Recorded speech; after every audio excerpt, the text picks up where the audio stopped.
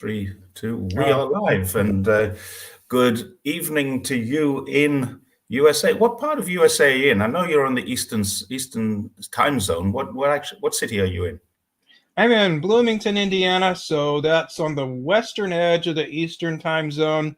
The state, it's one state below Michigan, and in between to the east, Ohio, and west is Illinois. Okay.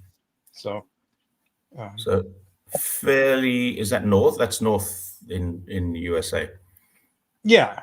It's it's not the most northernmost part, but it's north enough that we get some chilly winters.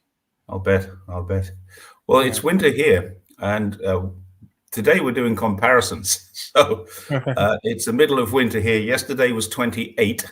Today is forecast to be a little cooler. It's only going to be about 22. And so that's our winter here. We did have a very cold snap last week where it went down to 7 or 8 degrees for a couple of days. That was winter. So, that was our winter. So, having said that, let me just put the link to the video on my channel in the chat, and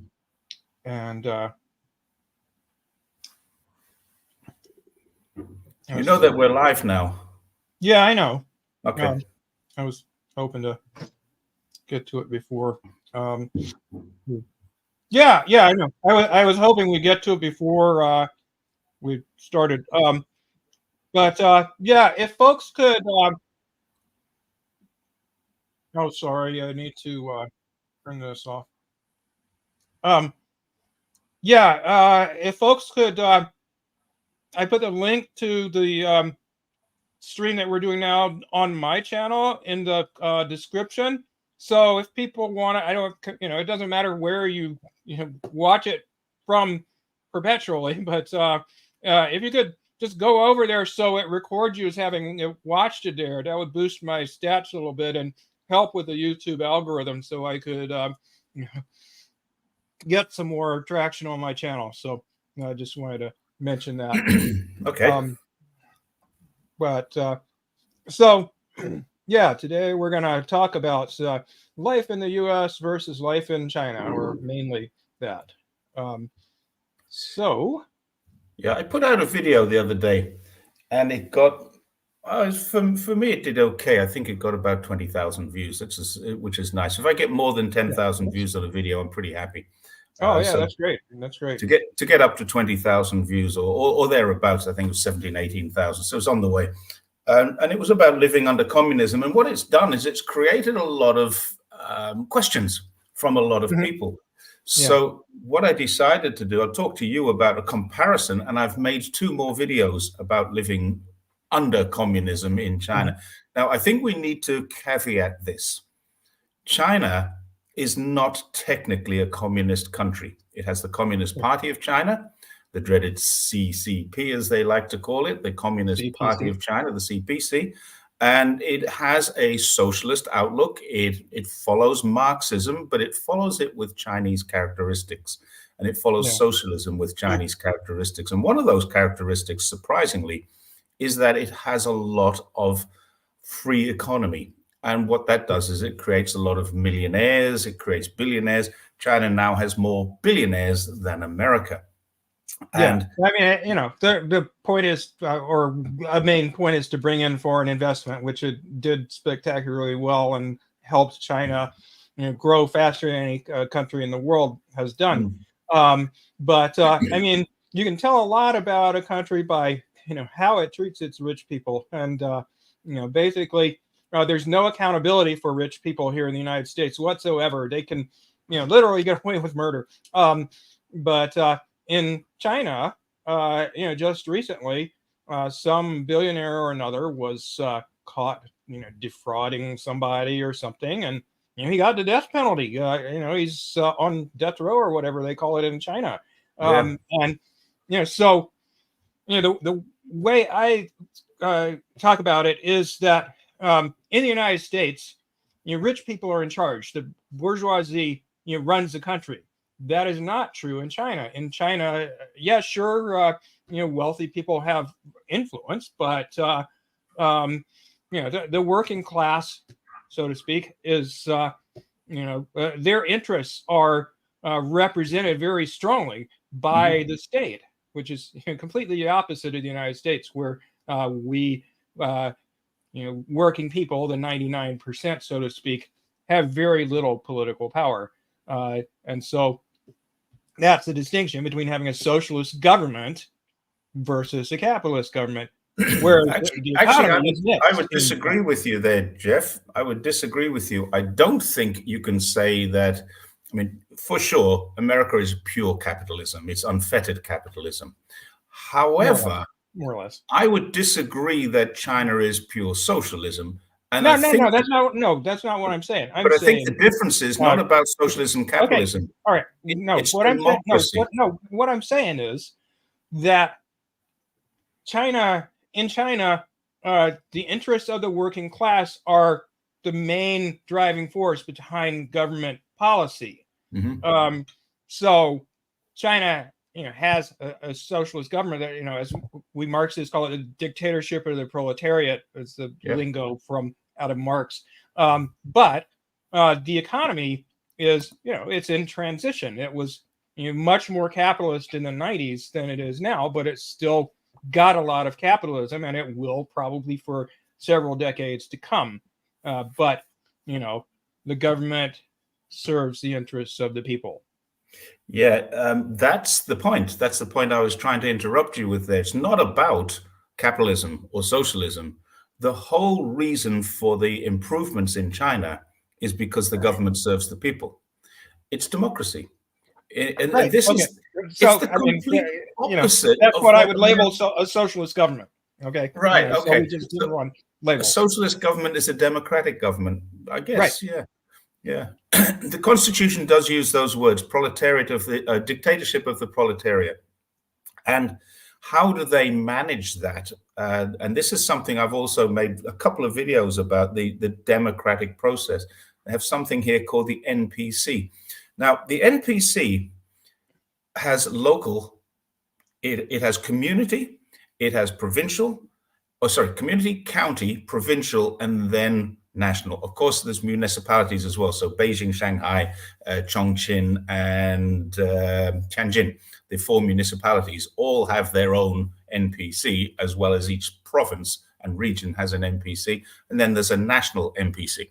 So these people are selected, nominated from within the community, and they can self-nominate, but they serve their local community, and sometimes they serve their local community needs in a national way.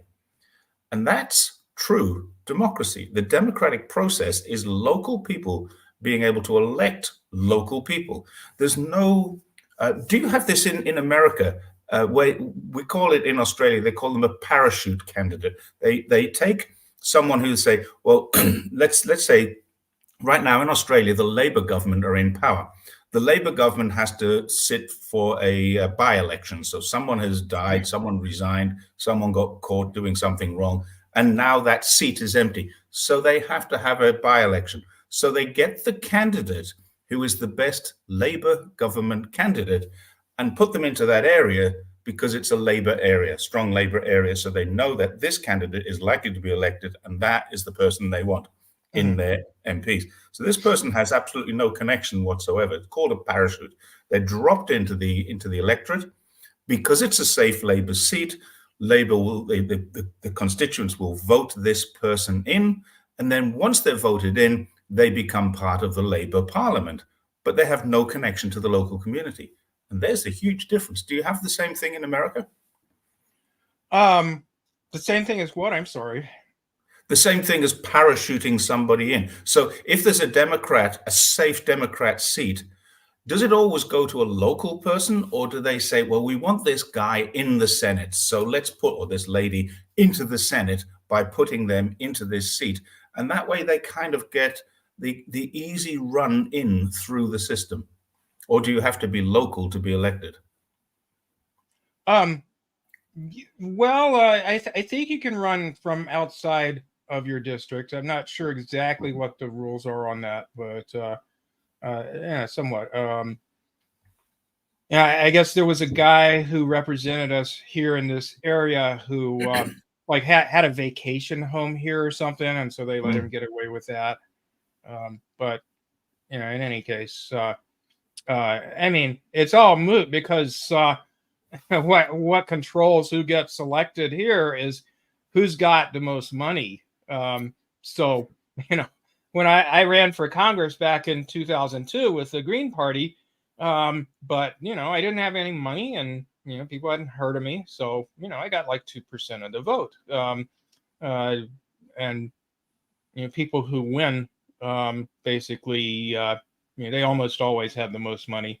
And incumbents win like 90% of the time, and they gerrymander the districts, meaning they set up the boundaries in weird ways so that whatever party is in control in that area can set up a congressional district that's favorable to their party. So there's very few congressional districts that are closely contested between the two major parties. And in addition to that, there are very few states that are closely contested in presidential elections. It's decided state by state rather than by the overall popular vote. So people always say, "Oh, you're going to elect Trump if you vote for Jill Stein." And I'm like, this state hasn't gone Democrat in a close election ever, like not in history. What happens in America? What purpose does the president serve?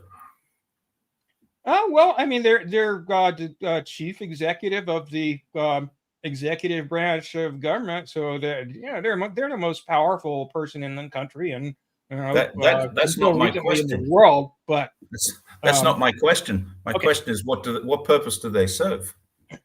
I mean, they appoint cabinet members to run various aspects of policy, and appoint lots of heads of different branches of the executive branch, such as the Centers for Disease Control and the Environmental Protection Agency and so forth. And then the Congress has to confirm those appointments, but they're the ones who make those appointments. So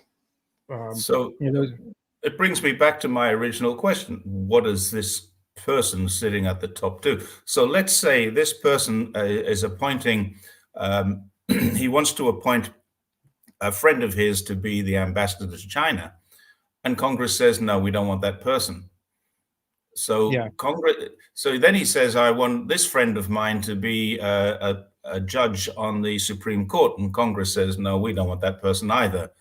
And this is what happens. You get this situation where pretty much everything that the president wants to do seems to be stymied by the Congress, even though the Congress has his party in support.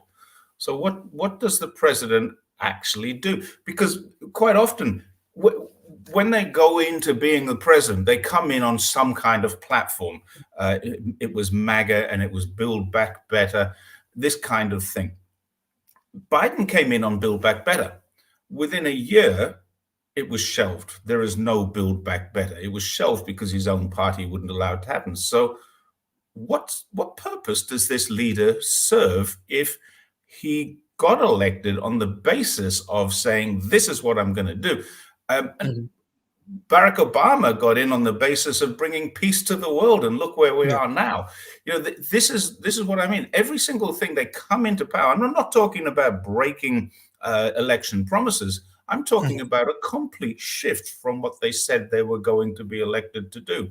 So how can we say that this is the most powerful person in the world if he can't appoint a person to be the head of the Reserve Bank? He can't appoint someone to be the head of the CIA. He can't appoint someone to be the head of the military unless Congress approves it. Well, I mean, there's a balance of power, supposedly, checks and balances. You've got the executive branch and the legislative branch and the judicial branch, and they each have different powers and responsibilities. But I mean, the president is by far the most powerful single person in the government. But, of course, there's lots of government officials, as there are in China or anywhere else. So, one person, you can't like run everything. But there's what's called executive orders, where the president can just there's certain things that the president can just decide to do at the stroke of a pen. So Biden, for example, could have forgiven a lot of student loan debt. Just deciding it on his own, didn't need the approval of anybody. And depending on how he did it, but the way he did it, he did it in such a way that it was subject to the approval of the Supreme Court, and they turned it down. And he's done some things by executive order to reduce student loan debt, but not nearly as much as he could. There's all these things that he could have done just through his own power to help the public as a whole, that he hasn't done. On the other hand, he decided unilaterally, bypassing Congress, to send weapons to Israel to help them continue committing their genocide. He was able to do that. Yeah, I think Congress are going to stop that, though. The weapons are not going. Israel has already got stockpiles for months. They can continue this for months, apparently. So they've got stockpile. Ukraine are not getting the weapons because Congress has stopped it. So it does seem to me like you have a kind of a lame duck sitting in that position. I agree. He's got the title, the most powerful man in the free world. But when Xi Jinping makes a decision, people follow it and have no choice. I remember when Trump came in, one of the first executive orders he signed was to stop Muslims, not any particular, but any Muslim, from coming into America. And suddenly the Supreme Court said, you can't do that. They overrode him. So his executive order can be overridden by the court. His decisions and his appointments can be overridden by the Congress. I look at it and go, well, what's the purpose of this guy? What's the purpose of this office? It's a figurehead. Well, no, it's not at all a figurehead. Okay. So, Congress can pass a bill, for instance, and the president can veto it, and the Congress can then override the veto, but they have to have a 2/3 majority in order to do so, and that's very difficult to achieve. So the president has a lot of veto power. The president has power to issue executive orders. The president has the power, of course, subject to congressional approval. But I mean, typically they rubber stamp things. What about this comment from Tim? In 2012, that would be Obama, the president signed into law the Presidential Appointment Efficiency and Streamlining Act. The act eliminated the need for Senate approval. For what? Yeah. Tim, for what?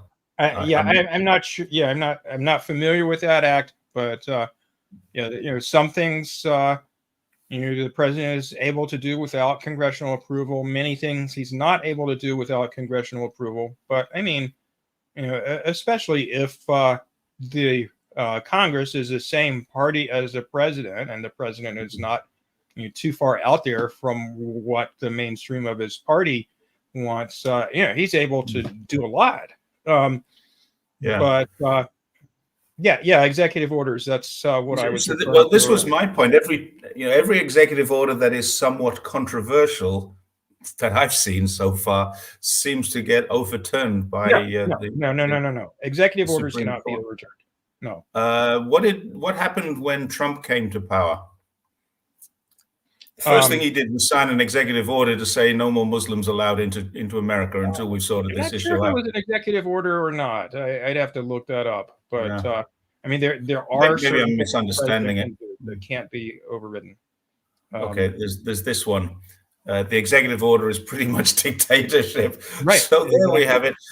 There's me saying they don't have much power, and there's a comment that they are dictators. Yeah. Well, I mean, senators are the most powerful people in the government, other than the president or Supreme Court judges. But the president has much more power than any individual senator out of the 100 senators. But in any case,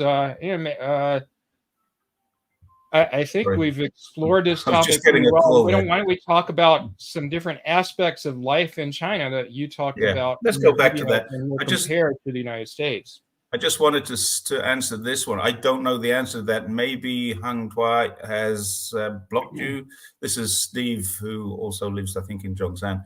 So it can't be seen in the live chats. Maybe you've been removed from his channel for some reason. I don't know. That does happen. A couple of things that I wanted to talk about with the difference between. I wanted to start with a question. Most American people that I speak to online, and I do speak to a lot, they say, I love America. And I think this is true. Most American people say, I love America. And when I say, what do you love about America? They say things like the freedoms or the democracy or the freedom of speech. And I ask, do you really feel you have it? And then when I explain that I can do all the things that they want to do, the only challenge that I get from an American is, why don't you insult Xi Jinping then on your Weibo account? Well, my question to that is, why should I insult someone? And this is the difference between our two countries. America has freedom of speech, which allows you to insult your leaders. China has a standard of requirements. It's China's freedom of speech comes with responsibilities that are written into the constitution and written into the law. You can't be insulting. So I'm not allowed to insult Xi Jinping. I'm absolutely allowed to criticize him. Go onto Weibo today and you will find hundreds of criticisms that he is not tough enough on the Americans. He's not tough enough on things like the Americans in Taiwan. This is criticism. But if I connect him to a cartoon character, which is what the trope, the Winnie the Pooh trope, if I connect him to that cartoon character, I'm showing great disrespect to the leader of 20% of the world's people. And that's really not appropriate if you think about that. So I'm not going to insult the man, but I will criticize him sometimes. It's very rare for me to criticize him because I don't know all the facts that he has. I can criticize Biden because I can see through the media what's going wrong in America. I could criticize Xi Jinping if I could see what's going wrong in China, but I can't. Every single metric that you view, your crime rate, your health, your education, your wealth, your living conditions, your living standards, everything is getting better in China since I've been here. It gets better every year. It really does. It accelerates that quickly. So what's there to criticize? Renaldo has just made this same point. Criticism is allowed and an insult is not. So it's okay for me to criticize. So is that the only difference between us? Oh, no, not at all. I mean, there are lots of restrictions on freedom of speech here. For example, if you publicly threatened the president's life, you would have the government authorities showing up at your door in short order, if they deemed it a credible threat, which they, or if you were just, politically inconvenient to them, they would just, treat it as such. Like with the past 4 months of Israel's genocide in Gaza, of course, there have been tons of protests here in the United States, and there is repression of those protests. The police beat people up, they throw people in jail. The administrations of several universities have banned student groups like Jewish Voice for Peace and Students for Justice in Palestine. People have been fired from their jobs for what they say if it's deemed contrary to what the government wants. And of course, Julian Assange is slowly dying in prison at the behest of the United States. Over there in London. There are many other political prisoners, here in the United States, Leonard Peltier, Abu Jamal, and so forth. Of course, Malcolm X, Martin Luther King, and many others were assassinated because they were deemed to be pose challenges to the system. And we don't know for sure who was behind their assassination, but there's good reason to think that there might have been government involvement. But in the case of Malcolm X, I think there's fairly credible evidence that those FBI people in the place, and they arrested the wrong man for it.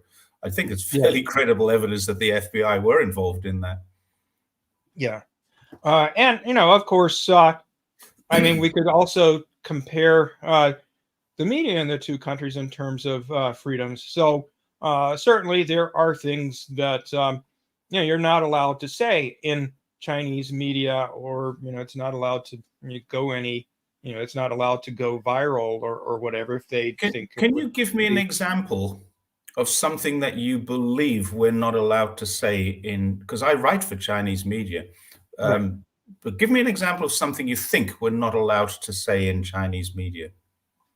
Well, we talked about this a few streams ago that like they didn't publish. I guess there was some, but very little news about the protests in China over COVID policy. That just wasn't showing up in mainstream press. It was in Global Times, it was in China Daily, it was in People's Daily, it was in Guangming Weekly. I actually wrote an article for Global Times related to that. So that was, I mean, the fact was what was reported.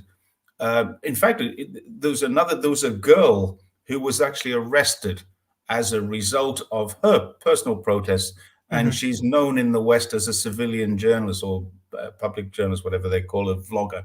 She's a YouTuber, and she disappeared off the face of the earth and went to prison. In fact, she didn't end up in prison. She ended up in an institution for her mental health, and that was the issue with that. And she was reported on. She was reported about. The thing is, the difference between and Choi Fai Yue has just put this up. It's about false information. So when I write for Global Times, I write an op-ed, for example, for Global Times. Now, I can't write about Tiananmen Square, for example. And people say, well, China's hiding Tiananmen Square. China's not transparent. But the reason China doesn't do anything about Tiananmen Square now is because 34 years ago, they did. They released all the information they felt was necessary. It's there in the public domain, and anyone can get at it. Oh, sorry. Yeah, this is the girl who got arrested. She was prevented from entering a compound, and she insisted she wouldn't wear a mask. And she wanted to go in, and they said, no, you can't come in, you can't go. Or she couldn't go out, I think. You can't go out. You've got to be wearing a mask. You've got to do the right things. And she started pulling and tearing down things. And it's on videos. You can see this. She's actually broken the law. She's broken the regulations, but they were trying to stop her without the arrest. That wasn't necessary.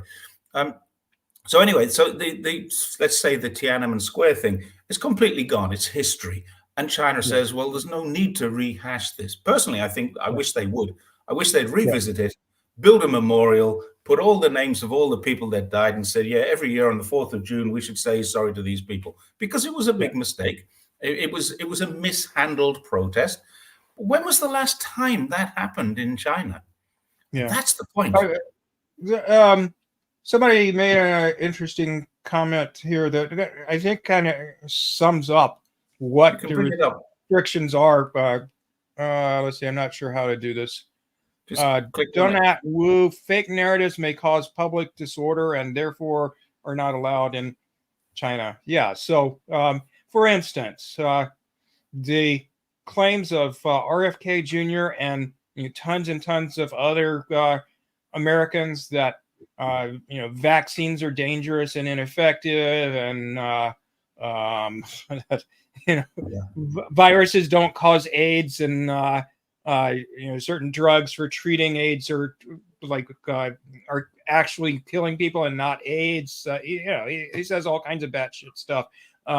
He wouldn't be allowed to do that in China. He wouldn't be allowed to spread completely false, evidence-free health information. The thing is, it's not necessarily false when it's science. Now, I'm not saying he's right or he's wrong in this particular instance. Now, where science is concerned, quite often there are two schools of thought. There are disagreements inside the science fraternity, for example. But there are so many areas of science where there is a strong consensus. For instance, there's a strong consensus that climate change is caused by human activity. The debate is about which human activities contribute what to it, and so on and so forth.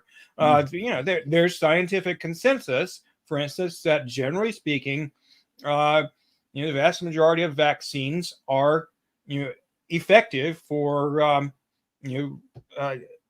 reducing the severity of whatever illness they're for, perhaps preventing people from getting it, and are relatively safe. There's a strong scientific consensus about that, even though there may be disagreements about other specific things. Correct. Yeah, I mean, it depends on what the thing is.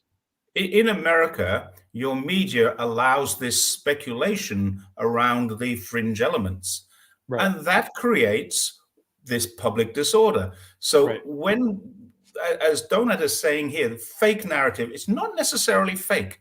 It's a different opinion, but it goes against the consensus. So it's not necessarily fake. It's in some cases, it's quite widely held. I think probably in the case of the vaccines, it's probably 50-50, so it's quite widely held. But what happens in China is the government has a policy on this, and the policy is based on the scientific consensus. And then it says, this is what the government is going to do. So COVID, for example, this is how the government is going to act. And it was based on information provided by scientific people who do know what they're doing and do know what they're talking about. So if I then got online and started talking about it and saying, we shouldn't be doing that, that's the kind of thing that gets taken off. Now, it doesn't mean that my information is fake. What it means is I don't have the authority, the experience, the knowledge to talk about it. All I have is an opinion. And that kind of opinion is not accepted inside of a society that thrives on harmony. It thrives on unity. It thrives on community. So when one member of the community is saying, no, that's wrong, that's the kind of person that gets kind of put down. However, if there is a genuine concern, there are processes that I can take to say, look, I don't want this because, and there's a genuine reason. I can go through the community level, I can go through the provincial level, county level, provincial level, all the way to the central level and have that reviewed, but it might take a year to do it. Yeah. So a couple of comments I wanted to respond to address points we were talking about. You partially addressed this comment just now. Some TC says consensus is not science. The Earth was flat by consensus at that time. Well, you're kind of misunderstanding my point. My point is that there is scientific consensus around issues for which there is very, very strong evidence, and that's why the consensus exists, because the evidence points overwhelmingly toward a particular conclusion, such as that climate change is really happening, and that the reason it's happening is primarily certain human activities. And that consensus exists because we have the evidence that points to that conclusion.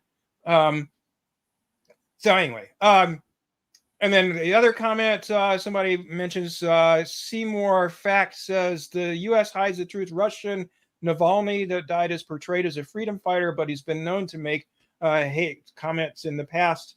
So that's an important point to understand about the limitations on our freedom. That we can say all kinds of things, for instance, on our YouTube channels, but if we don't have a large audience, not very many people hear about it. Whereas, over and over and over and over again in the mainstream press, we've heard for years and years that Alexei Navalny, the Russian, some people call him a dissident, but actually he was backed by Western intelligence agencies and the National Endowment for Democracy, which is the above board branch associated with the CIA's sort of activities. So, basically, he was being paid by the US and the UK to subvert Russia. But in the Western mainstream media, he was portrayed as this freedom fighter that was, courageously opposing corruption and opposing Putin's dictatorship and blah, blah, blah. And so that mainstream narrative is drilled into people's heads so often, even though there's no evidence presented to back it up, that even people who should know better, like Cornel West, for instance, the other day on X, he said something to the effect of, Cornel West, Navalny, I feel so bad for his family. He was, a courageous fighter against corruption.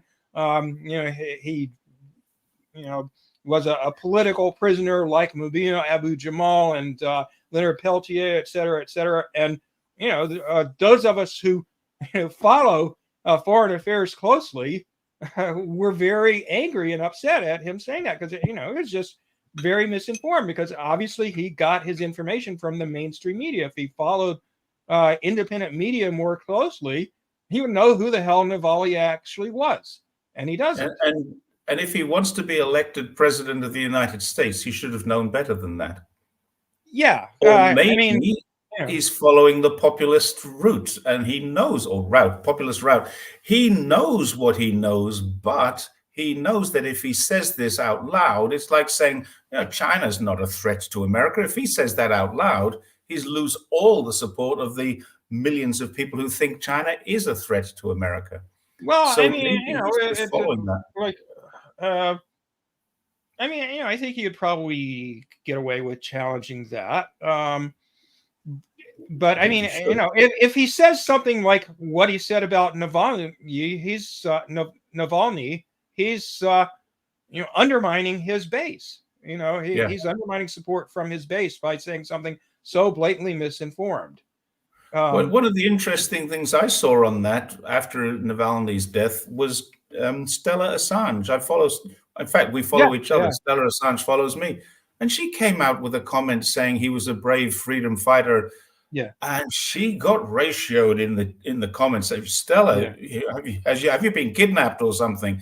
Blink if you're in under any threat. I saw all these comments. Nobody who believes Julian Assange is all the people like you and I who believe Julian Assange was doing a great job doing what he did and is now persecuted because of it would all believe that Navalny was exactly what we think he was.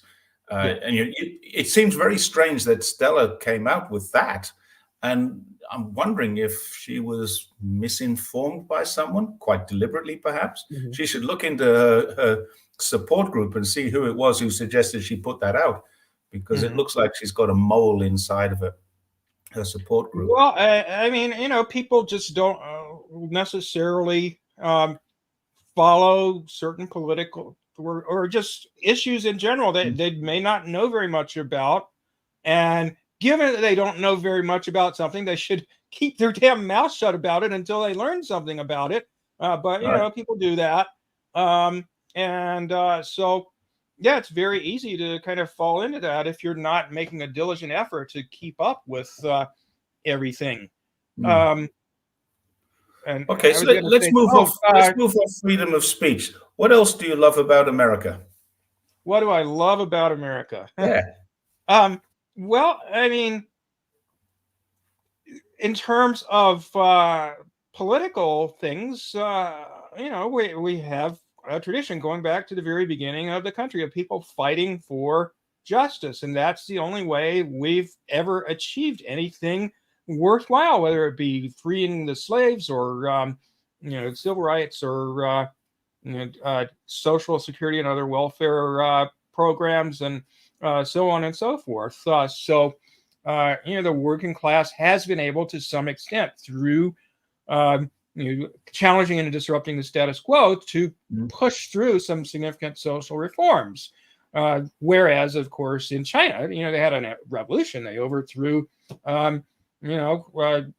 imperialism, and they have been able to do much more than the United States has in terms of pursuing policies that serve the interests of the people. But I mean, that does exist in the United States. It's just that it's overwhelmed by the extent to which government policy serves the interests of the the ruling class, of wealthy and corporations. So why do you need to fight? You say you've got a history, a tradition, and yeah, I get that. I do agree with that. You've got a history and a tradition of fighting for the rights of ordinary people. And yet I saw that 1% has just taken over the wealth of the entire middle class now. So on the graph that it showed, the middle class wealth has gone down and the 1% wealth has come up and is actually crossed now.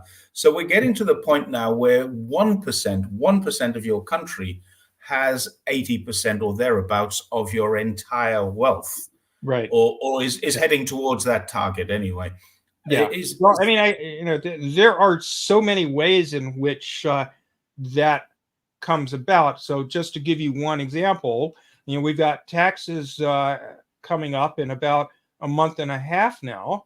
And so, because my mom passed away a few years ago and I inherited some money from her, I've got enough money in the bank that, I'm getting a few $1,000s worth of interest income each year. And then, money that I make from working. And, I was just looking at this today because I was curious, like what the current tax code is. It turns out that I will not have to pay any taxes on the capital gains, the interest that I earn from, having money in the bank, in certificates of deposit and so forth.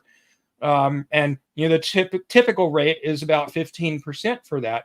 Whereas for someone with a middle class income, say they make, I don't know, $60,000 a year or something, their tax rate on the top part of their income that puts them in middle class or whatever is 28%. So there's a discrepancy between the income tax rate and the tax rate on income from investments. On earnings from investments. And so obviously that favors the rich very much. Another example in the tax code, I will have to pay 15%, and for those who are not self-employed at 7.5% in Social Security tax on my income.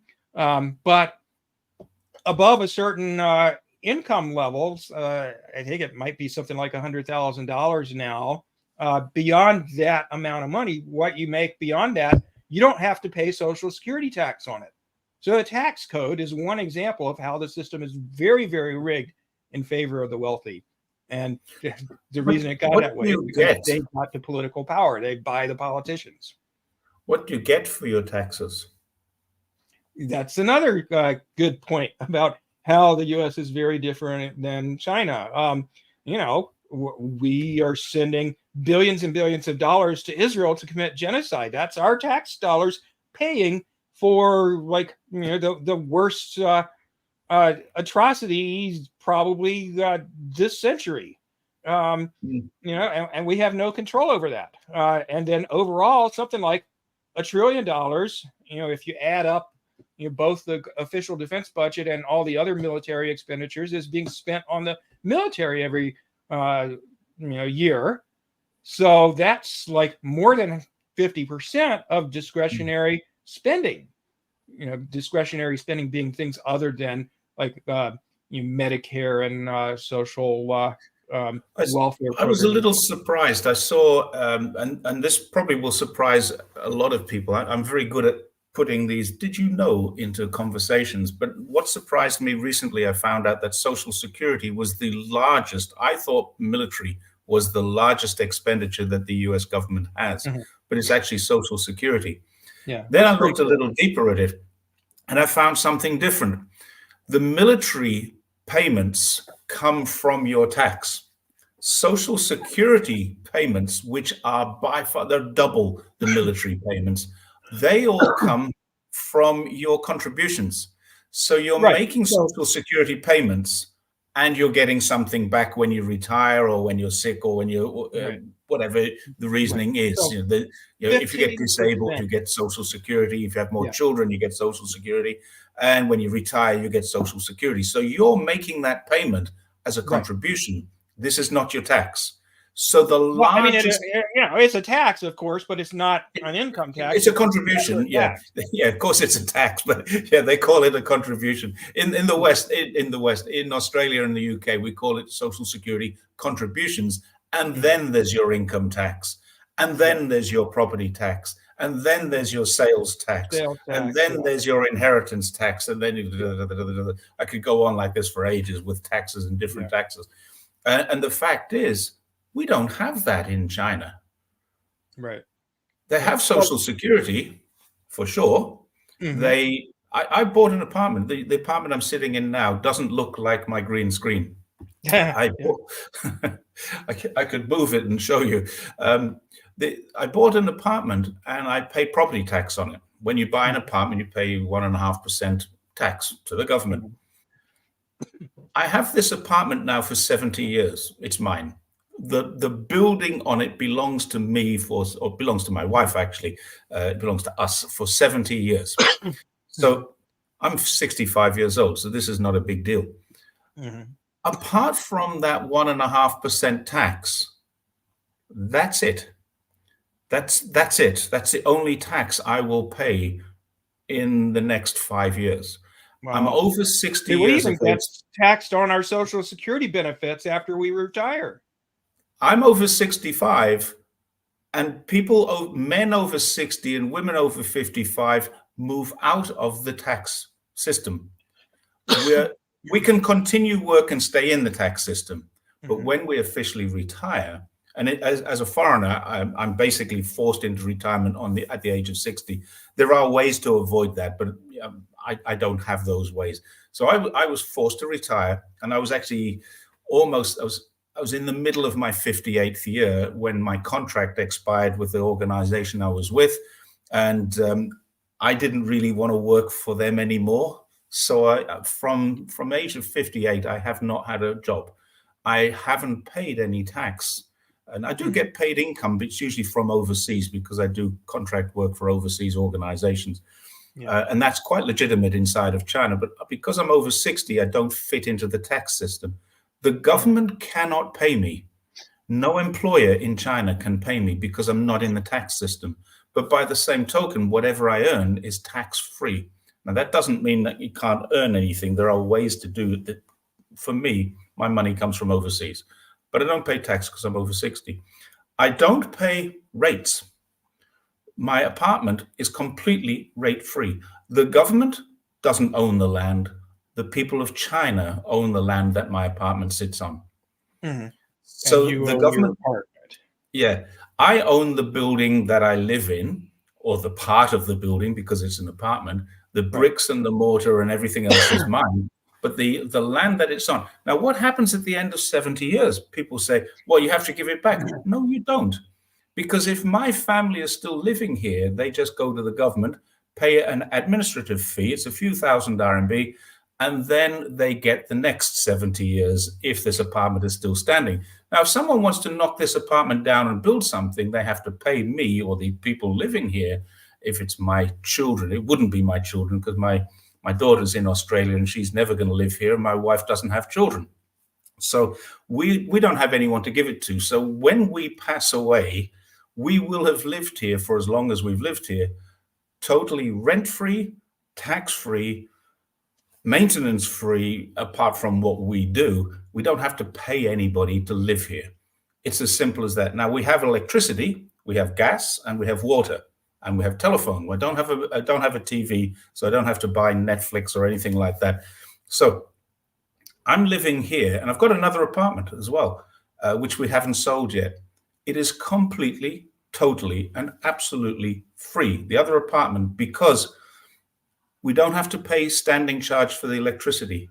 We pay for usage. We don't have to pay standing charge for the gas. We pay for usage. Same thing with the water. We pay what we use. Now, because we took the fridge out of the other apartment, now there's no need for power, but it's still connected. So anyone can go in there, plug it in. I've got a friend staying there at the moment, and he's got all the power he needs. He can switch the air conditioning on, and we'll pay for the usage, but we don't pay a standing charge. So it's 100% totally free. This is something I don't get with America. People said to me when I raised this in the video that I made, I got a lot of comments from people. One person really hit home, and he said, or she, I don't know, they said, if you are in America, you pay the value of your house every 30 years to the government. And if you don't pay, it's not your house. Well, I mean, yeah, like you get a mortgage for typically 30 years. So I have a 30-year mortgage. I'm not talking about your mortgage. I'm talking about your house property taxes. Yeah. Every 30 years, you pay the value of the house that you bought because of the, what are your property taxes? Is there a percentage of the value of the house? Yeah, I'm not sure exactly how it breaks down, but so my mortgage payment consists, of course, of payment on the principal, payment on the interest, and property tax payments. And, like, I don't know, it's a couple $100 a month in property taxes. I'm not sure exactly what it is, but yeah, I'll always have to pay that. Even after the house is paid off, which it probably won't be because I bought it pretty late in life. But in any case, that brings up one point that I wanted to make about how shitty life is in the United States in certain respects. So right.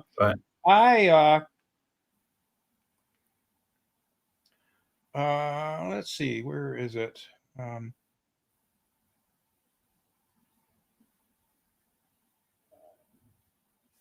Okay, so this is a home or part of a homeless encampment near where I live. It's like 2 miles away. There's some more. I think there's like a couple dozen tents in this, about 2 miles from my house. Right. And then there's a couple of others that are closer and that are bigger. And there used to be one like a couple 100 feet from my house, but the city came and kicked everybody out of it. So there's, literally tent cities or tent villages, all over the place in your cities across the United States. And meanwhile, a couple 100 feet away from this little encampment is this nice brand new apartment complex that I looked up the rents on it, and it's 1 and 2 bedroom apartments. The 1 bedroom apartments are renting for $1,300 a month. The 2 bedroom apartments are renting for $1,700 a month. And this is not a big city. This is a fairly small city. Bloomington is, I don't know, 100,000 people or something like that. But yeah, you pay a fortune in rent, and if you were working full time, you would not be able to afford even a cheap apartment by yourself, and so you might wind up here. Well, you say that's 1,300 rent. Let's ask the question: what does somebody who is not necessarily an educated person, but a smart enough person, they've got a job, let's say they work in a shopping center, or they work in a restaurant, they work in a bar, what kind of income can they expect to get? Well, I think probably the typical wage these days is about $15 an hour, which is roughly twice the minimum wage. So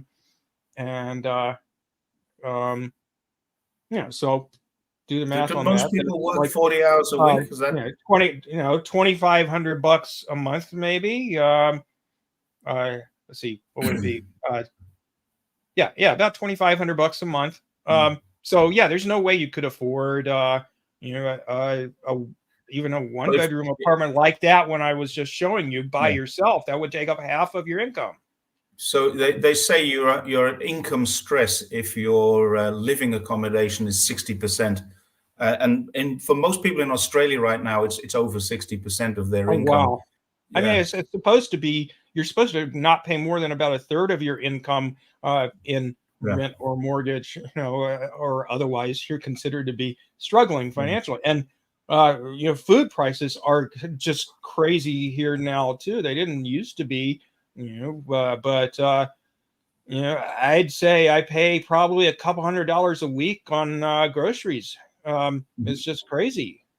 So $200. I'm just that's about 1,400, 1,500 RMB. I wouldn't pay that in a month on groceries. Yeah. And same in Russia. Their groceries are way cheaper than they are here. So Tucker couldn't believe it. Tucker needs to come to China. Really. He does. The guy is virulently anti-China. A lot so it's not going to more misinformed about China than he is about Russia. So exactly. Yeah, it's not going to happen. It's not going to happen. So that's an interesting comparison. So a person who works in a restaurant in China or a person who works in a factory in China would almost certainly be living in a dormitory, and that's the difference. I had a coffee shop for a while, going back more than 10 years ago, 15 years ago. I had a coffee shop here, and I had 4 staff, and we rented a 3-bedroom apartment, and they lived in that apartment. That was their dormitory. We had to pay that. It was part of the expenses of having a coffee shop. And this is quite common. Now, someone advised me once, only employ local people. Then you don't have to give them the accommodation. And I got people, I inherited some people who already were not local people when I took over the coffee shop. And for a year, we rented an apartment through a friend, actually. A friend had a spare apartment. We rented it for a year. And we put these 4 staff members into this apartment. It was a 5-minute walk from work. And they got that. But they also got meals in the coffee shop. They were eating the food, and the food was free. Their accommodation was free. And they were paid. I was paying them slightly above this. What this called? We don't have a minimum wage in China. There's an award rate, what the Australians would call an award rate. So a waiter or waitress earns this much money, male and female the same. And I can't remember what it was, to be honest. It was very, very low. I think it was 8 RMB an hour, so $1 an hour. But I paid them 12 RMB an hour, so they got more. And that meant I had some kind of loyalty that the staff wanted to stay because they were getting half as much again. So we're going back 15 years. Nowadays, it's probably 3, 4, 5 times that. But their living was effectively free. And that's what happens in a factory in China. So if somebody leaves school, first of all, you can't get a job until you're 18. And this is one of the myths about China. There's no youth labor. There's no child exploitation. If there is, it's drastically illegal, and you will get caught. So everybody who works in a factory is 18 or older. They work in a factory. They get a weekly salary. They wear a uniform. They live on site. They have a subsidized. I was doing some contract work in a factory here before I retired. I used to go into a lot of companies and advise business management stuff. And I spent a couple of weeks in a factory, and the meals in there were 3 RMB. Wow. That was it. 3 RMB is 7 RMB is $1, 7 point something. So I was paying 40 cents for a meal, and it was a good meal with a drink, with plenty of all the rice I could eat, plenty of rice. So you can go back for more rice, a bowl of soup, a drink of tea or milk or water. That's all free. It's just help yourself. And then the meal itself was a meat and vegetable with rice. So 3 RMB, and it was reasonably good food.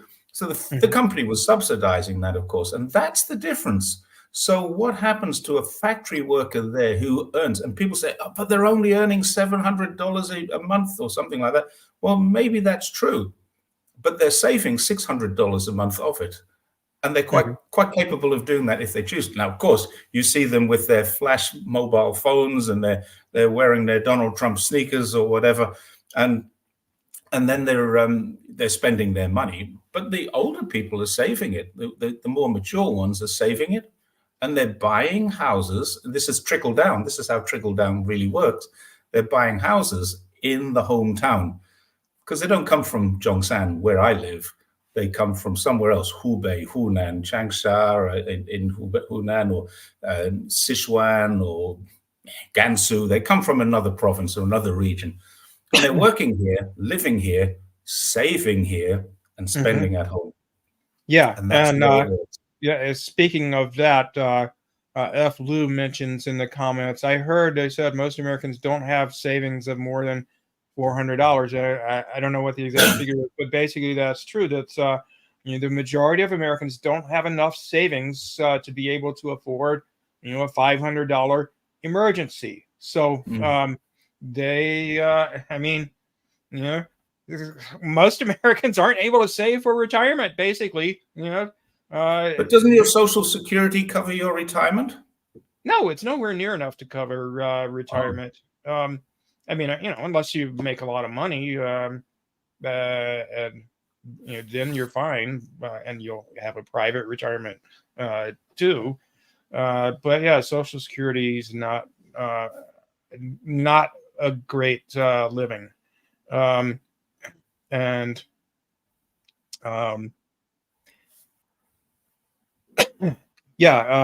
people are just in crazy amounts of debt here. I forget what the figure is now for student loan debt. I'm sure it's, I'm just guessing. I don't know exactly what it is, but it's probably at least $1 trillion worth of student loan debt. And do you know how much drowning it costs in to debt. go to university here? Huh? Do you know what it costs to go to university here? No, it's not. It's not free. For many people, it is free. If you're impoverished, if you're from an impoverished region that's getting poverty alleviation, yes, you can get free. But generally speaking, it's not free. What is free is 10 years, 9 years in rural areas, 10 years in the cities of education. That is free. Once you've finished that, you go to university. My wife did it just a few years ago. She went to university for 4 years. She did a bachelor degree course, and it cost us 10,000 RMB per semester, 2 semesters a year. So 10,000 RMB, but that included her accommodation in the university campus. So effectively, you're talking about a little more than 1,000 RMB a month, and she had to pay for her own food. The books were provided free of charge. All the study materials were provided free of charge, but she had to pay for her own food in a subsidized canteen. So she could go off campus and pay in a restaurant, but the subsidized canteen, 6 or 7 RMB for a meal there. And then, I've worked in universities as well. I can tell you the food is damn good in most places I've worked. Chinese food. Students here at universities spend, let's say they're taking 5 courses in a semester, they'll spend several $100s on just their books. Like textbooks are often over $100 for just one textbook for a course. And most of the time students sell them back for much less than they bought them for. Yeah, that's you buy them from a student notice board usually. $40,000 a year.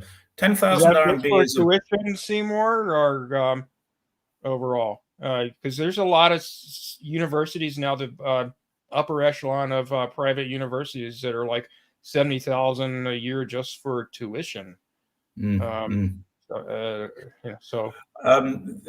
Overseas students. I used to send.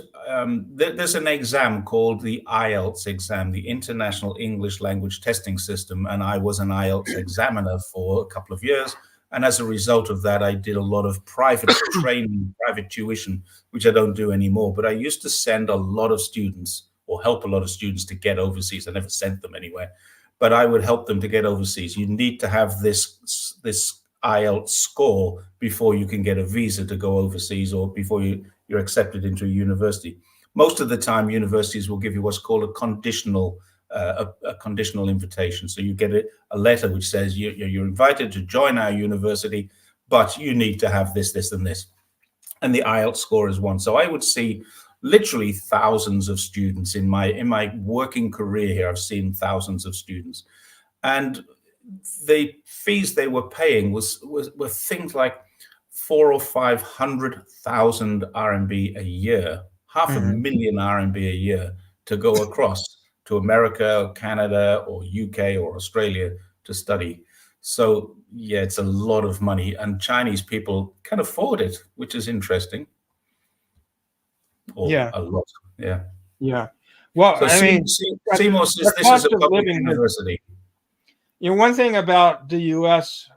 versus China is that whereas things have been getting better and better in China in terms of what people can afford, like their income versus the cost of living, it's been going in the opposite direction in the United States for several decades now. I mean, for instance, in the 60s, you could attend, like a high-level public university, like University of California at Berkeley, for virtually free in terms of tuition back then, and now it's even if you're in state, it's several $1,000s a semester,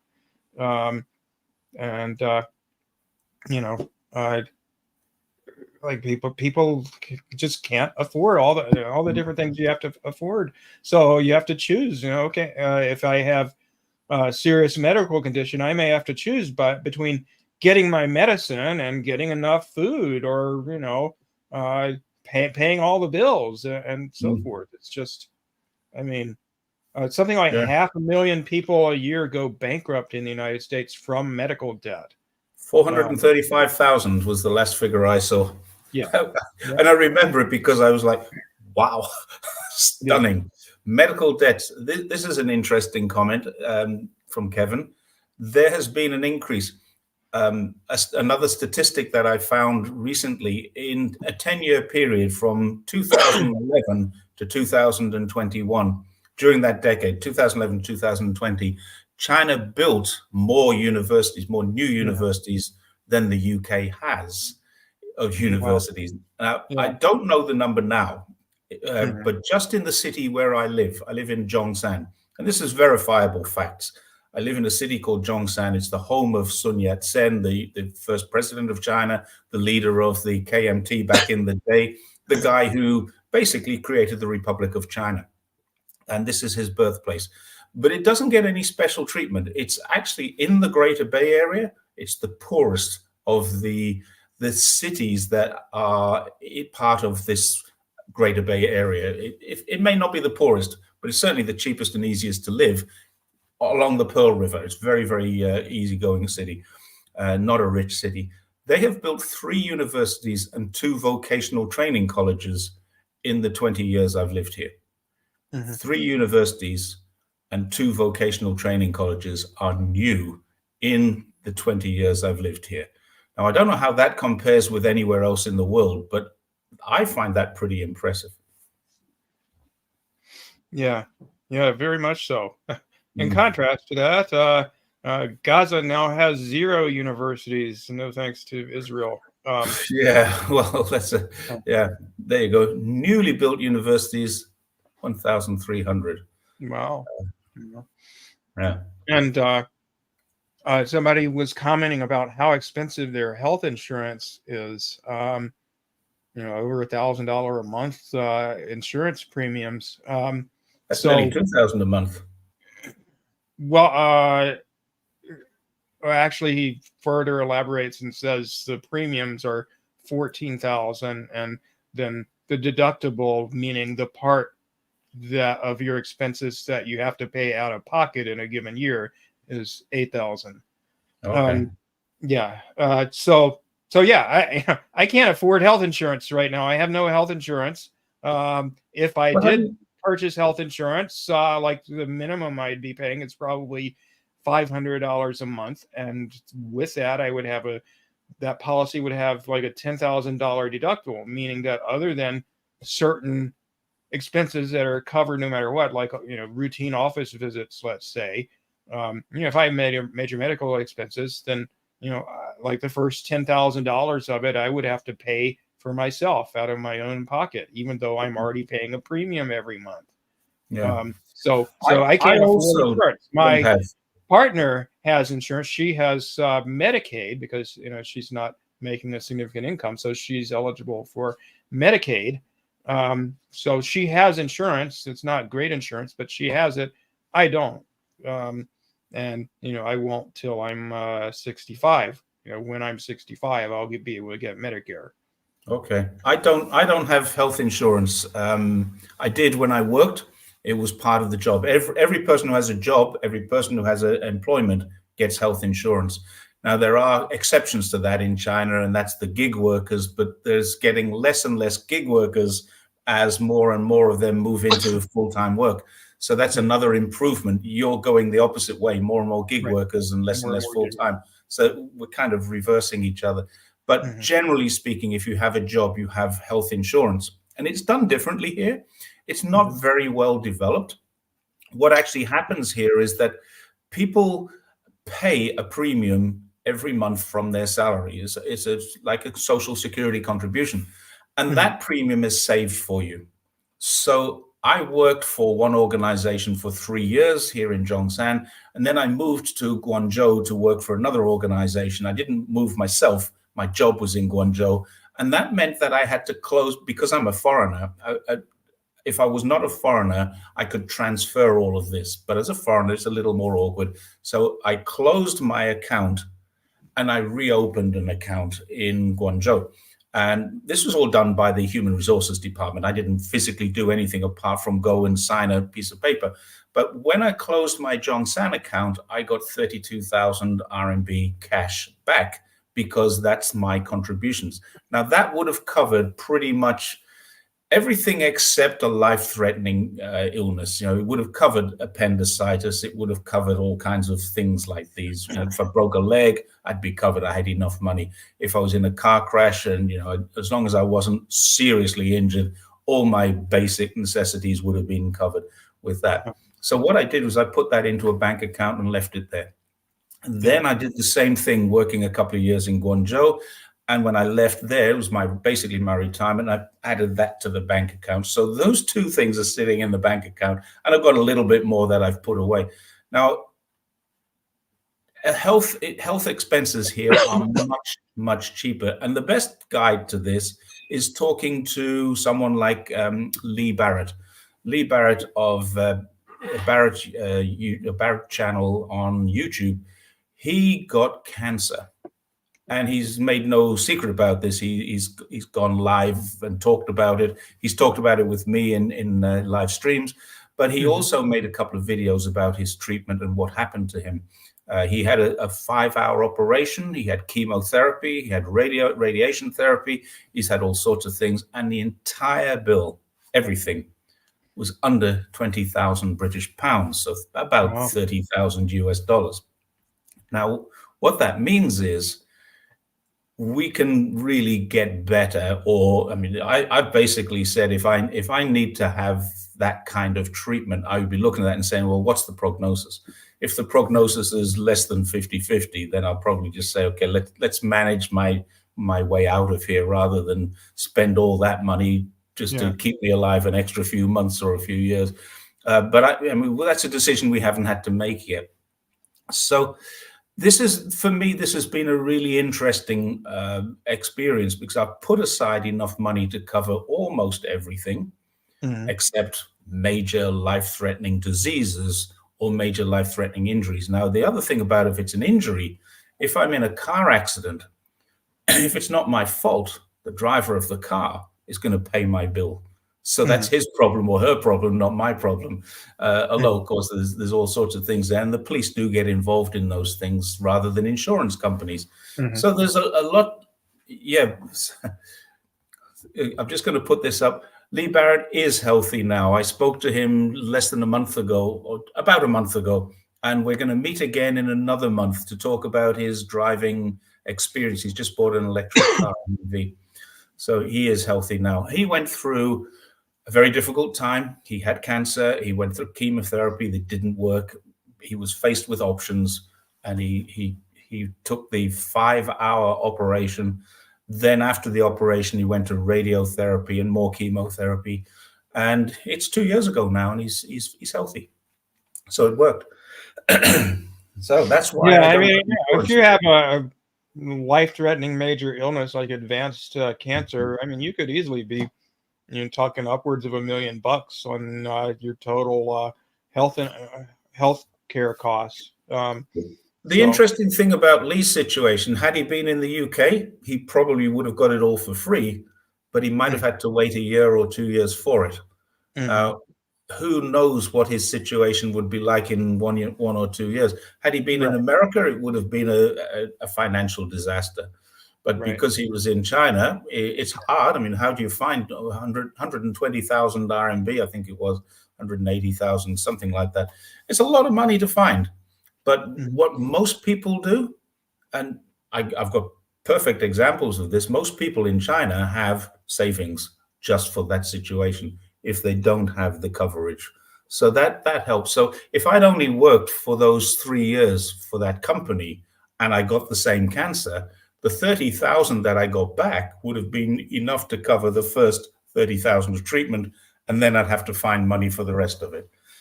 Having said that, you won't get turned away from a hospital if you can't afford it, but you will get a bill afterwards. Yeah. Yeah, this is a good point. I mean, I'm not sure if it's a relevant point. Kirk Guilo 60, his wife got cancer and he took her back to Canada for treatment, and 2 years later she passed away, which is pretty sad. I mean, Kirk's a nice guy, and he adored his wife, and he's back in China now and living here permanently as a mark of respect for his wife, and because this is his home. Once you've been here a few years, it's very hard to live anywhere else. But she passed away in Canada, and he's brought her ashes back to be buried here. That's quite recent. That's around a little before Christmas. Yeah. So what else are we going to talk about? Well, I was just scanning through your article now. Maybe we could just talk about some other topics that you talked about in there and do a little comparison with things here in America. How about traveling? Yeah, I mean, we have very little mass transit. So if you want to travel, any sort of distance, you're going to have to, either drive or, fly on a plane, because most places you can't get to with trains, and they take forever. We have, some parts of the country with high speed rail, but not very many. So can you define high speed rail in the American sense? Well, I mean, there's trains that go over 100 miles per hour. I don't think we have any that go over 200 at this point. There's talk of building something like that, but we have. And most cities don't have subway systems, and their bus service is not very good. I mean, we just have a bus service here in Bloomington. I mean, I guess because it's a small town, but Indianapolis, a nearby very large city, also has no subway system and terrible bus service, and cabs are pretty expensive. So you pretty much have to have a car to get around in many places in the United States. Definitely if you live in a rural area, but usually if you live in a suburb or even in a big city, it's hard to get around. Well, I mean, you probably saw the Tucker Carlson segment where the subways are all clean and nice and spiffy, and Moscow, and they're not terribly expensive, and it isn't like that here. They're a disaster, and a lot of homeless people live on the subways in big cities. They just sleep on the train cars because they don't have anywhere else. You do get people on the subways here begging. It does happen. It's quite rare now, but it certainly was common. Zhongshan doesn't have a subway system yet, but it will this year. Later this year, we will have 4 stations. And the truth is, there's not a need for it here. I was going to ask you, I've got my phone out here. What's the flag fall for a taxi where you are? So you jump into a taxi and you're only going to go 2 or 3 miles down the road. What's it going to cost you? I don't know. I don't take cabs a great deal because I drive everywhere. So I couldn't tell you off the top of my head. Okay. It's. Somebody was asking in the comments the conversion rate between miles per hour and kilometers per hour. It's roughly 5/8. 1.6 kilometers per mile, or a mile, or 0.62 miles is 1 kilometer. So that's every. And I used to have this calculation in my head when I was cycling, how many miles I've done. For every 5 miles, you have covered 8 kilometers. So every 5 miles is 8 kilometers. Now, I've got, and I don't know if you can see this. This is my most recent Didi car. Now, we have a thing called Didi. It's Uber in your country, but Didi is there. The most recent was from, it says, opposite the usual place to Bo-Ai Elementary School. I live near Bo-Ai Elementary School. So what we're talking about there was about 3 kilometers. It cost 9 RMB, which is $1.20. The last one, I was 12 kilometers away, and it cost 36 RMB. So that's, what's that, about $6, maybe less than $6.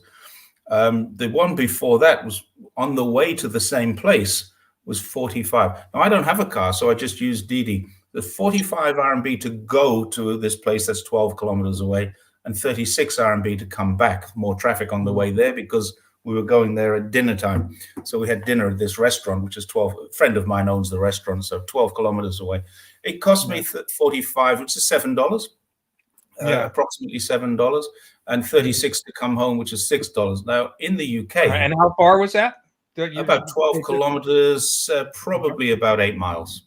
Oh, okay, yeah, that's very cheap. The last time that comes to mind that I basically remember the price. I had to, back when I worked away from home, I had to take a cab to work because my car was in the shop, and I think I paid like $20, and it's about 2.5 miles away. So there you go. There you go. A 5-minute drive, $35. I remember getting a taxi in London a few years ago. We were forced to get a taxi to the airport, something I would never normally do. But I tried to get a bus ticket to the airport bus from Victoria Coach Station, and it was sold out. There's no tickets for any airport bus until after our plane had left. So, we've got a few hours. We've got plenty of time to get there, but there's just no way I can get a ticket. And so there was 5 of us. 1, 2, 3. 5 of us, 5 adults, and all of our suitcases stuck. So we had to get 2 taxis, and they were £70 each. Mine was 67, and the other one was £70. So I had to pay for them. I was with my wife's parents and an auntie. So it was just like, oh my God, and £70. I could probably get a taxi to Beijing for that. I don't know. I've never really thought about doing that. But seriously, £70 in a taxi, that was like 700 RMB. I could certainly go to Guangzhou and back for that fee. That wouldn't be a problem. Guangzhou's over 100 kilometers away, 80 miles to the center of Guangzhou. So if I'd gone to the center of Guangzhou, picked something up and come back, it wouldn't have cost me the same as going from Victoria Coach Station to the Heathrow Airport. Wow. So I'm looking to see if anyone else has put someone. I love this. Ooh. I don't know, Seymour, if you have been online and looked at China's metro systems. They are superb. And some of the stations are literally works of art. Guangzhou has one station where they've kind of themed it with classical music. And they actually have orchestras, mini orchestras, like 12 or 15 people playing, not every day, of course, but it's a regular thing. When a holiday is coming, the orchestra comes out. But all the time, there's pipe music, and the thing is set up like they also have, can you believe this? In Guangzhou, they have a metro line that does 180 kilometers. A metro line that's 120 miles an hour. That's high speed. Yeah. And that's a metro. 180 kilometers. I've been on it. And it has a clock. You can see the clock going up. And I got a photograph of it, 181 kilometers an hour. So, yeah. Well, there's some route, I forget what city it's in, there, but it's like I guess a maglev train, so it's going like over 300 kilometers an hour, and it's just within the cities, like from downtown to the airport or something like that. I forget what city that's in, but yeah, you have that. In the USA. No, in China. Oh, China has several of those, but the maglev, the one you're talking about, there's probably Shanghai. Shanghai has that. Yeah. The city of Beijing has an airport express that is very similar to that, but it's not so fast. It's been there for quite a while, more than 10 years. So old technology, as China says, it's been there 10 years. Yeah, we constantly have trains derailing here, and leaking toxic chemicals all over the place. There's another startling statistic there. China's high-speed rail has had 3 crashes in 15 years. 2 of them were quite bad. One of them was caused by a blizzard. One was caused by a mudslide, and the other one was back in 2011 when it was a very new system in Zhejiang, I think it was, where the train basically went too fast over a bridge and fell off. It was going over a curve and it fell off, and a few people died. That was the first one. And what they did with that is they reduced the speed from 350 down to 300 kilometers an hour. And there's never been another accident in that nature since then. The other 2 are both natural disasters. One was a mudslide during heavy rain. One was caused by a very severe blizzard. And that was actually just recently. The blizzard one was back in December. So we're only talking a couple of months ago. And I think the driver and a couple of passengers died on that one. But you have something like 6 crashes a week. Train crashes. Yeah, it's crazy. It's crazy. It's a daily occurrence. Yeah, and then also there are cases of government officials deliberately, like destroying infrastructure, because it makes their buddies money. So you've probably heard about the situation in Flint, Michigan being one state north of here, where basically the governor was bribed to switch Flint's water source from Lake Huron, which is one of the Great Lakes, and the water there is fairly clean, to the Detroit River, which is just like a completely toxic mess. I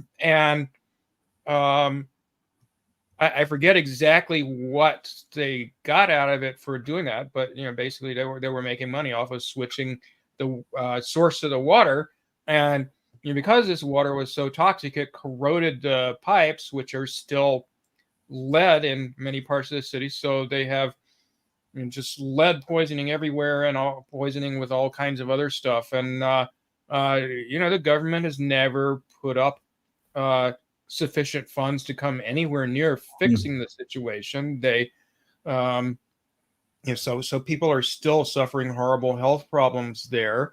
And, the government officials who did this to Flint have never been held accountable. And in fact, the governor who succeeded Rick Snyder, the Republican governor, she's actually a Democrat and has this reputation for being some sort of liberal. And she basically killed the investigation of the previous governor. So, he should be in jail, but he's not. He got off scot-free.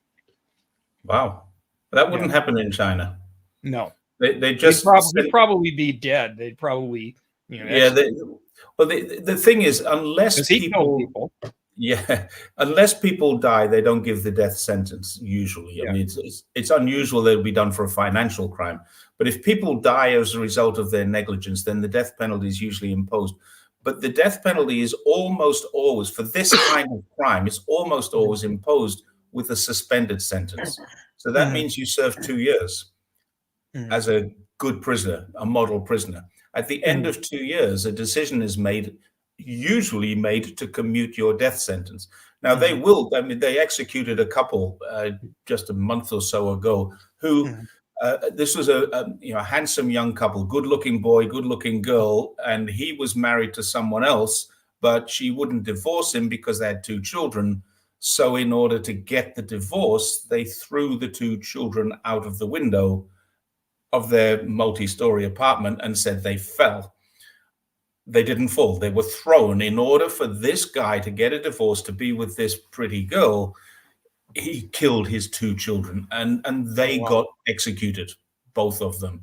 There was no suspension of that death penalty. So China still gives the death penalty. There's an automatic appeal process. At the end of the appeal process, it's done. But when you give a suspended death penalty, that's usually for corruption, which landed. Now, a great example of this is the lady who was the head of the Sanli Milk Company. And you will remember the story 10 years or so ago of the Sanli milk, the tainted milk, which caused the death of some children. And it caused illnesses in many more children, thousands. And many of them are permanently disabled as a result of it, or permanently ill, so chronic illnesses. Now, what happened with that lady? She knew what was she knew the cause, she knew the reasoning, and she decided that profitability was better than fixing this problem. The milk was tainted with some form of plastic, which made it look like it was high protein, but in fact it was very dangerous. It formed inside of the baby's bodies and created all kinds of problems. She got melamine. Thank you, Wang Ta. She didn't do it herself, but she knew it was being substituted, and it provided greater profit.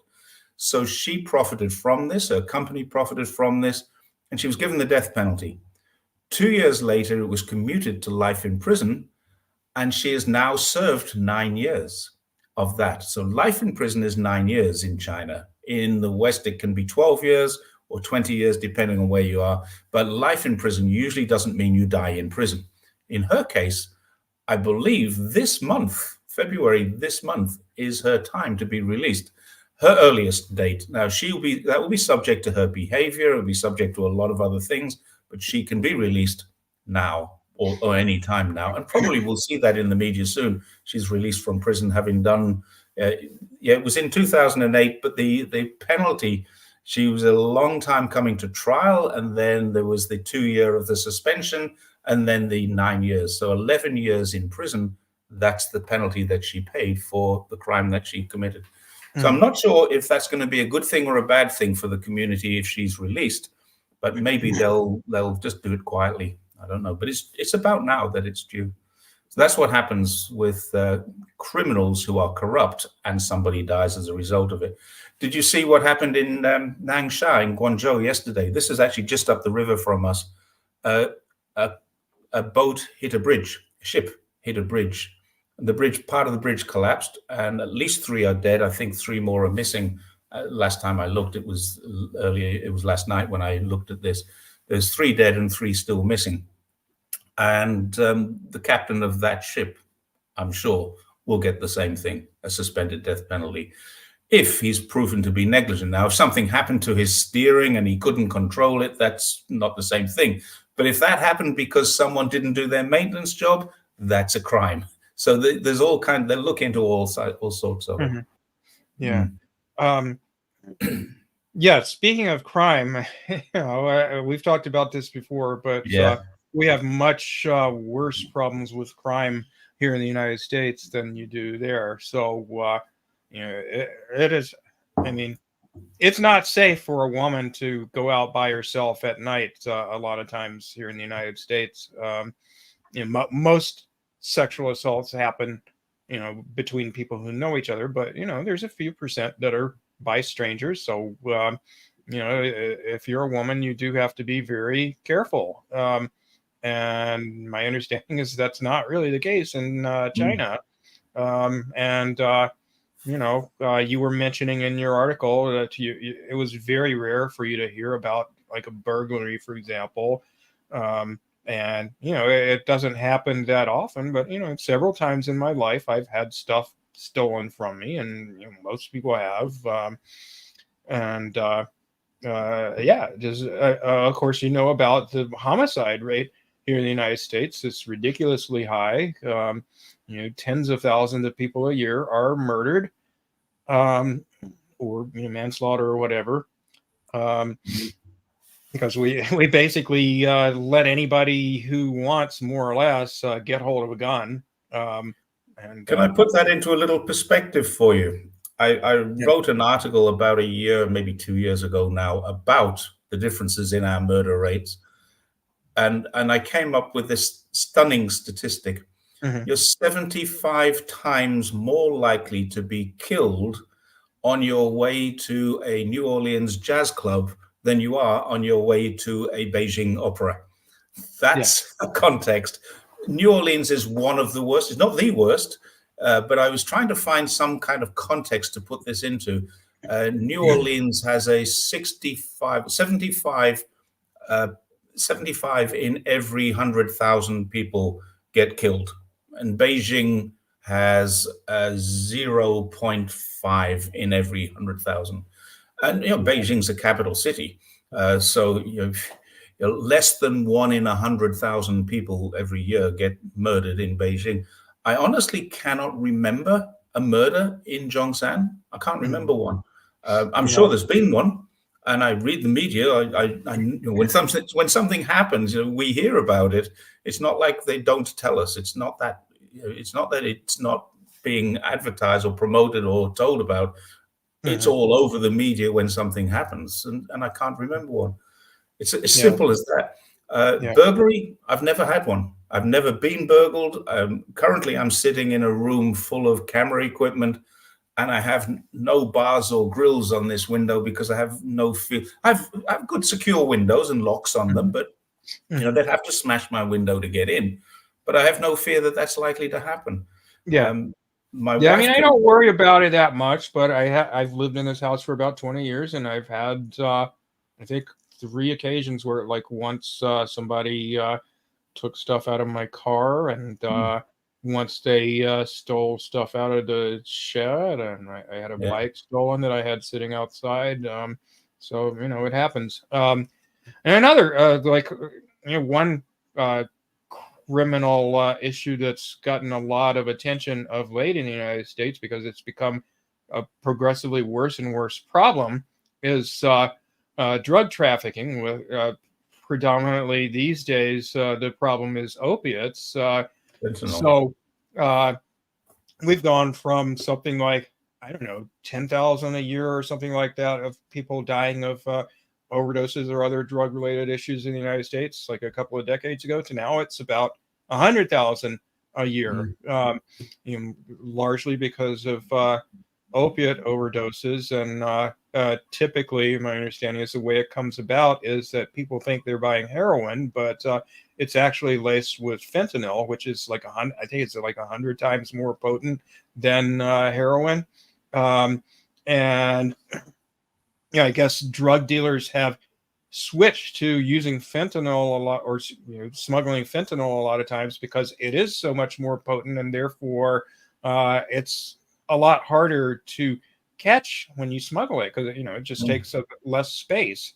And so there's basically 2 reactions that the main reaction politicians in the United States have is to blame other countries. China and Mexico are the countries that get the blame for our and Canada's drug problem, because a lot of the chemicals come from China, a significant percentage. No, they don't.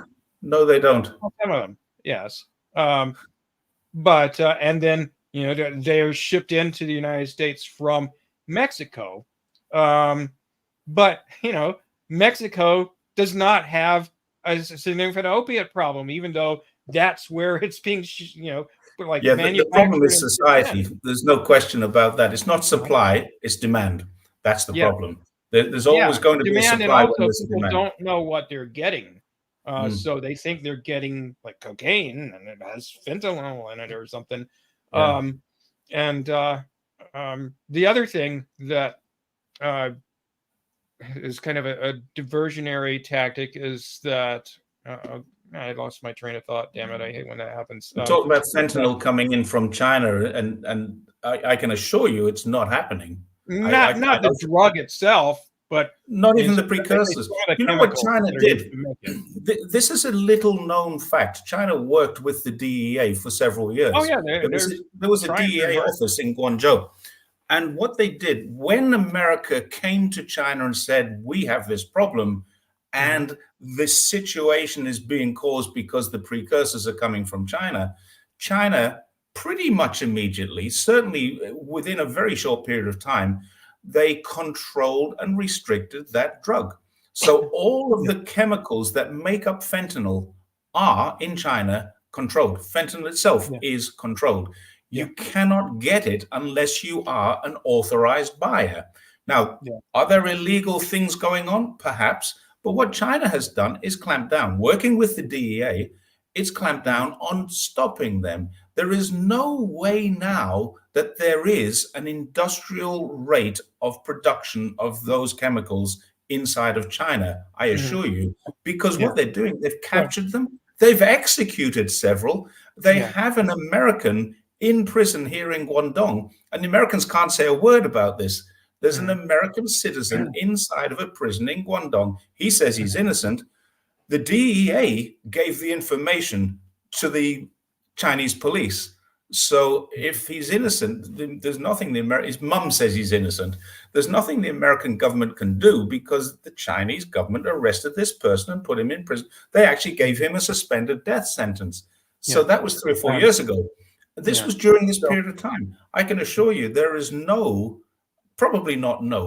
is no industrial scale production of the precursors, and there's no evidence whatsoever, none whatsoever, that any of those chemicals are actually coming from, originating in, or have any connection to China. Now, there may be Chinese people in Mexico creating these things, but it's certainly not part of China's industrial chain. Yeah. So anyway, I just remember the other thing that politicians do to try and not really address the problem, but find somebody to blame for it. No, I'm blanking. Oh, the Republicans accuse the Democrats of having this open borders policy and just letting anybody come in, which is completely not true. Millions of people are deported at the border every year. People get killed quite often trying to cross the border illegally. There are like vigilante groups in Texas who basically hunt illegal immigrants down. The wall that Trump wanted to build along the border, Biden has continued that. The problem is not that it's that easy to get into the United States. The problem is that people who are able to legally travel back and forth between the U.S. and Mexico can easily smuggle stuff because it's so easy to conceal. So, it's not, porous borders that's the problem, really. It's, It's an interesting one. There's 2.2 million people came across your border last year illegally. 2.2 million. Yeah. Well, that's a fairly significant number. And it hasn't changed. It's always that way. And the reason that many people are coming here is because imperialism has wrecked their countries. Like the free trade agreements, for example, have decimated farming in Mexico and Central America. So the farmers have to come here to get work because they don't have work there. Yeah, there's no job for them. So Fox News have this big thing going. It's a campaign at the moment to discredit Biden, but also because they're really doubling down on the China thing. They're saying that it was I think it was a 9,000% increase. Yes, it went from 500 people to 25,000 people. Okay, we can call that whatever you like in terms of percentages. But if you want to talk in percentages, what's that in percentages to 1.4 billion Chinese? And what's that in a percentage to 2.2 million illegal migrants coming across? So the number of Chinese people has definitely increased. And if you just look at that on a graph, it's an exponential increase. The number of Ecuadorians, the number of Venezuelans, the number of whatever other country, Belizeans, if that's the right word, is probably going up too, or it may be stagnant, but it's quite high. China is right down there on the graph. It's virtually non-existent. It doesn't appear on the graph if you look at the proper graph of this. But of course, they'll show the 9,000% increase in Chinese crossing the border and say, look how real this problem is. Yeah, it's a real problem. But where are they coming from? My guess is that they're coming from Hong Kong, not mainland China. If they're coming Mhm. from mainland China, they're criminals because anyone who wants to can leave mainland China with a passport and a visa. So they're criminals. They're coming from mainland China, they're criminals. If they're not, then they're coming from Hong Kong. And why are they coming from Hong Kong? I bet they're coming from Hong Kong because America promised them things back in 2019 and hasn't delivered. America has let them down during the color revolution of 2019. And Mhm. America pulled all of its NGOs out when the national security law came in because they knew the national security law was going to catch them. So anyone who didn't have diplomatic protection, they've scattered. So people are saying, oh, Hong Kong is not the international city it once was. Great. It's a Chinese city. And many Chinese people now fearing repercussions because of their illegal actions. America promised them sanctuary. America promised them refuge. America let them down. And now they're making their way across the southern borders to claim it. That's my view. Yep. Yeah, excellent points. So, Um, yeah, FLU said the same thing. They are actual criminals before they left China. And I believe that's true. There is no way. I mean, China is, as I said this, I mean, this is not just me. Every international organization that comes to China and measures China says it's improving in every respect. The World Bank says this. The Ipsos Global Happiness Index says this. The Edelman Trust Barometer says this. Harvard University, San Diego University, they all come here and they all say this. Don't argue with me. Don't tell me I'm a liar. Go tell those esteemed institutions that they are all wrong. And then you've got an argument. And this is my argument on my YouTube comments and on Twitter. I'm not the guy saying this. I'm experiencing it, but I'm not the guy saying it. I'm yeah, quoting. and I mean, there are polling agencies from throughout the world that poll Yeah. people in every country about what do they think of the government and their specific officials and so on and so forth. And so here in the United States, Biden's hovering around 35 or 40% approval. In Russia, Putin is at around 80% approval. Yeah. Navalny was maybe 2% 2%. of people supported him. And meanwhile, the Chinese government's like over 90% of approval of the Chinese government. So the Harvard Ash report, which was before COVID, grant you, was before COVID happened, and COVID did switch it a little bit because people didn't like, not everybody, but some people didn't like COVID, so it came down. But the Harvard Ash report showed 95.5%, and that was if you counted the very satisfied, quite satisfied, and satisfied all together as one bundle. It was 95%. The unsatisfied was much lower, and that was in central government. So I mean, let's put that into perspective as well. I'm not saying that 95% of people approve 100%. They do know that they've got some degree of satisfaction. But why would you leave a country if you can afford to? Why would you leave a country that is doing this to you? It's increasing your health, it's increasing your wealth, it's increasing your lifestyle, it's reducing all of those problems like crime and social issues. There's no drug problem, there's no crime problem. Everything in China is getting better. And then people want to leave, and they want to leave illegally. If they want to enter another country illegally, there's only one reason. FLU has it there. They're criminals. That's the only reason it could be. And if they're not criminals, it's because they are dissatisfied with something. And there's no reason why, if I'm dissatisfied with China, what can I do? And people say, well, you're a foreigner, you can easily leave. Well, so can anybody, including people in Xinjiang. They can just leave. Yeah, so absolutely. And I have another, believe it or not, I have another live stream scheduled this afternoon. It's not live. We're going to record this one. This might be our record, an hour and 48 minutes. Yeah, we're coming towards 2 hours. But myself, Fernando, and a guy called Ian Ingalls have started a new channel, which is called the 3Ms. And I'm going to be recording one with them at 1 o'clock. So I need to go and do some preparation for that because it's a scripted show, effectively. And that new channel is, the way we describe it, peeling back the layers of misinformation. Now, we call it the 3 M's: mistranslation, misunderstanding, misinformation. They all lead to misinformation. So what we're trying to do is to kind of show, here's a story, this is why it's wrong, and then strip it down. So one story each week for about 30 minutes. That's a new channel called the 3 M's.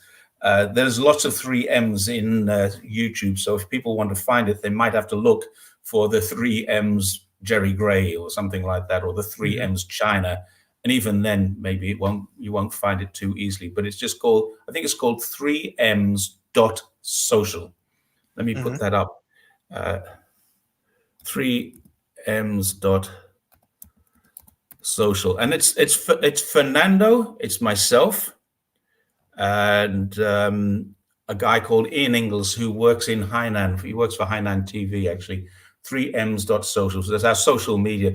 And we're making one show a week at the moment. We may increase that, but there's a lot of work into each show. So we're trying to make that into a very, very slick, professional looking. Fernando's doing all of the production. I do much of the research, and Ian is the host of every show. So that's the way we're planning to do that.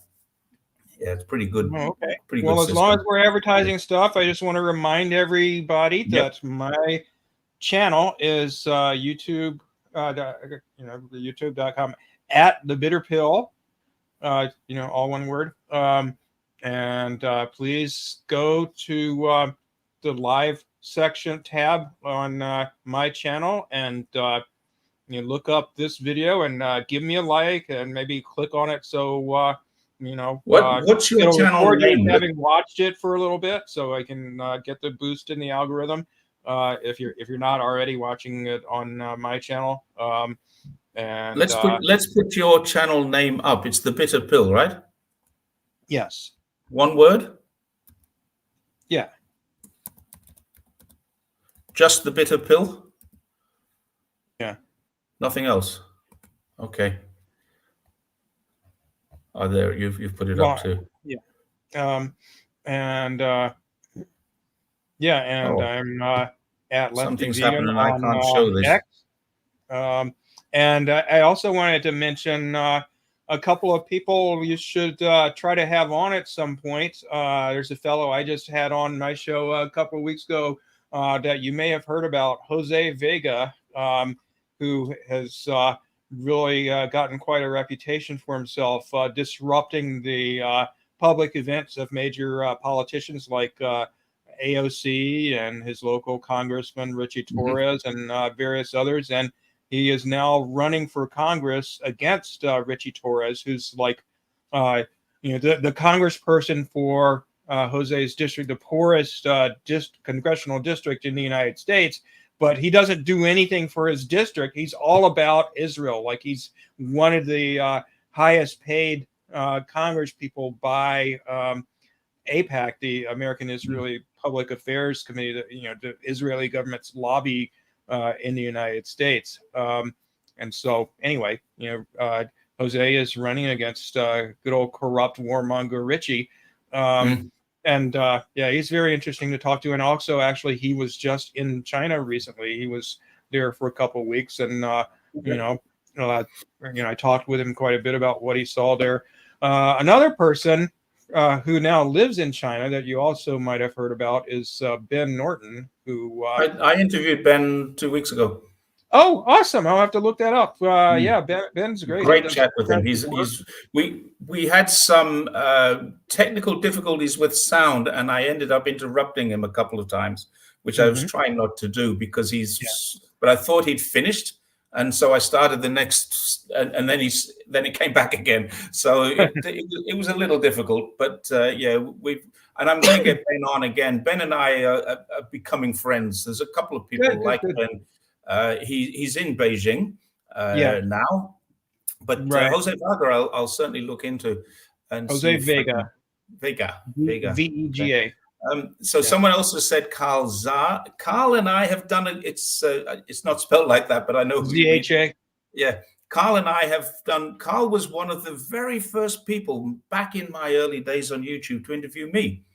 And he also had a stint working for TNT Radio in Australia. I'm not sure if he still is there, but he interviewed me on there too. So he's interviewed me, but I've never interviewed him. And I think it's time. Yeah, it's time that I did speak to Carl Zar again. Yeah. All right. Well, listen, everyone, I've had a great chat, but I really do have to get going. It's coming up to 11 o'clock, and I've got another thing that I have to start at 1 o'clock, and I've got an hour or so at least to research something. Today, the show is going to be about the social credit score. So we're going to peel the layers of misinformation back, and that will be released probably on Wednesday of next week. So there's something to watch out for. The social credit score being released on Wednesday of next week, but I'll post it in my Twitter and I'll link to here. So my YouTube channel, so people can get a link across, but I won't put the video here because I want to build up the 3Ms channel more than this one. This one's never going to be monetized. The 3Ms, one day we hope we can get some money out of it. That's the plan. All right. So Donat, Seymour, Kevin, Syncmaster, FU, all of you today. Tony is there as well, and Steve Cole is Mark Bogdanovich lives right across the bay from you. My friend and business partner. He's watching. He lives across the bay. Yeah, he's in Hong Kong. Oh, okay. Yeah, it's just that's not far away. That'll be interesting to talk to him as well. But okay. We have to get going. Thank you very much, everyone. Jeff, thanks again for this. And about a month's time, we'll do it again on a different topic. Sounds great. Thanks a lot, Jerry. Cool. And take care, everyone. Thanks for all the great comments. And thanks for watching. You guys have been great. We will see you.